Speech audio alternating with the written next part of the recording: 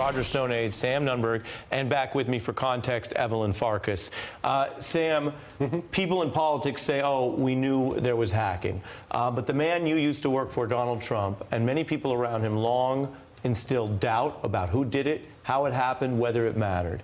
Do you think today's indictment, which Donald Trump was briefed on, should change his mind about undermining both the fact that the Russians did this and attacking the probe? Well, first of all, I think that this should change the mind of any Republican voter that doesn't want to vote this midterm, because Donald Trump will be impeached by a Democrat Congress. If you look at this indictment, the fact that they would release this indictment before his meeting with Putin, too. You think this is a predicate for impeachment? Why? Well, Mueller is clearly setting up the narrative. The next indictments coming will be, I assume, Roger and maybe others. I mean, it's been reported by CNBC. I was never asked about this, that somebody was asked about a meeting Roger had with, now his name escapes me while I'm on live TV, the one who worked for Manafort, right under him.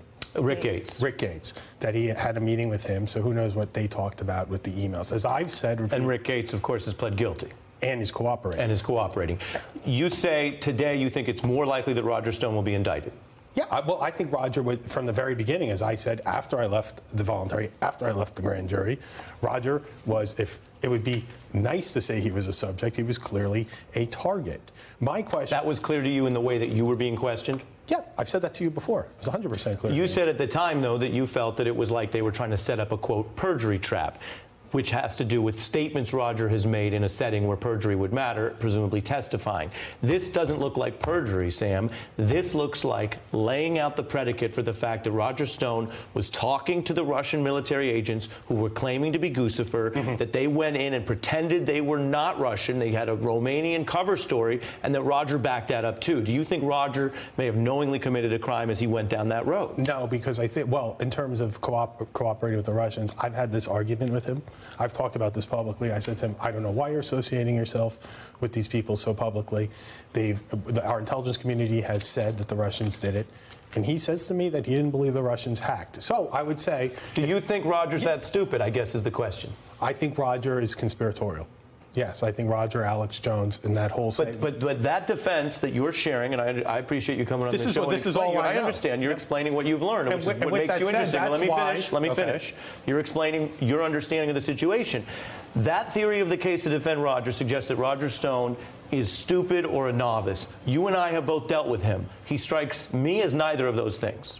Roger is someone who does not trust the government sometimes and has seen disinformation put out. I disagree with him on this. It was clear to me that Putin did this. Putin is not my friend. I think Putin is not an ally. He's an adversary. By the way, the president should confront Putin about this publicly in his press conference with him. And you think that Donald Trump should do that? Do you think he will do that? I would hope so. I don't know. Evelyn? Well, you know where I stand. I mean, if the president meets with Putin, which I think is a horrible idea, I thought it was a horrible idea before this, you know, but it's still a horrible idea. It's even worse now, unless he comes back with 26 Russians in handcuffs, you know, because we need them extradited now.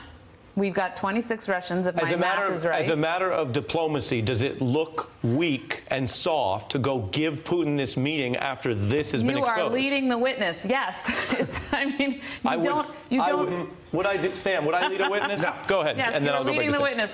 I mean, right now, the Russians, this Kremlin, this Russian government only understands firmness. If the president goes and meets with Putin, I mean, unless he, you know, takes his shoe off like Nikita Khrushchev, the former head of the Soviet government, and pounds it on the table publicly, he's not going to appear firm to Putin privately, nor to the Russian people, nor to the Russian government, the Russian military, etc. And the Russians will only stop their meddling, because remember, they're still meddling. They will only stop it today if our president is firm. Evelyn Farkas with a Khrushchev "We Will Bury You" reference, always a classic. I just want to say very quickly. And then I'm going to play something. This shows why this special counsel does affect, in general, and specifically this president conducting foreign policy.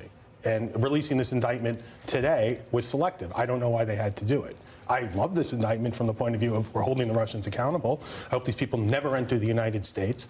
But This is our president of the United States. And he has There's to talk about nothing. North- he has Well, to let talk me about North push you Korea, on that and he and has give to you. talk about Let me Syria push you and on that. Iran. There's nothing new. There's nothing new about the DOJ going after spies when they operate here. Preet Bharara, who many of our viewers know, under Obama indicted Russians and other people. It goes through. The president was briefed in advance. You're not alleging anything wrong with that process. I don't think the president could have delayed this. What would have happened if the president or his White House said, "Oh, you know what, Rob? Why would you want to delay this? Why wouldn't you want to be tough when the facts show interference in our elections? I think if you would say, look, I have to meet with this guy. Why don't we do it the next Friday? I think it puts. Let me play for you the other part, which is Organization 1 is named in this indictment, and it appears to be WikiLeaks, and it appears to allege that WikiLeaks did more than release information, which is sort of old school WikiLeaks transparency, that they seem to be actively involved in trying to help your former candidate, the Trump campaign, with the timing. And then you have the fact that Donald Trump was very publicly boisterous about WikiLeaks during the campaign. Take a look. This just came out. WikiLeaks. I love WikiLeaks. You see so much from these WikiLeaks. WikiLeaks unveils horrible, horrible things about Hillary Clinton. Boy, that WikiLeaks has done a job on her, hasn't it? Do you think during the campaign, Donald Trump or his top leadership team had an actual understanding of what's alleged in here today regarding WikiLeaks and the Russians? I can't answer that because I did not communicate with them. So if I had to guess, what I would say is everybody on the Republican, conservative, and media side, I saw this and I thought it was hypocritical, wanted to believe Assange when he said it wasn't the Russians. Hey, I'm Ari Melber from MSNBC. You can see more of our videos right here, or better yet, subscribe to our YouTube channel below. You could have been anywhere in the world, but you're here with us, and we appreciate that.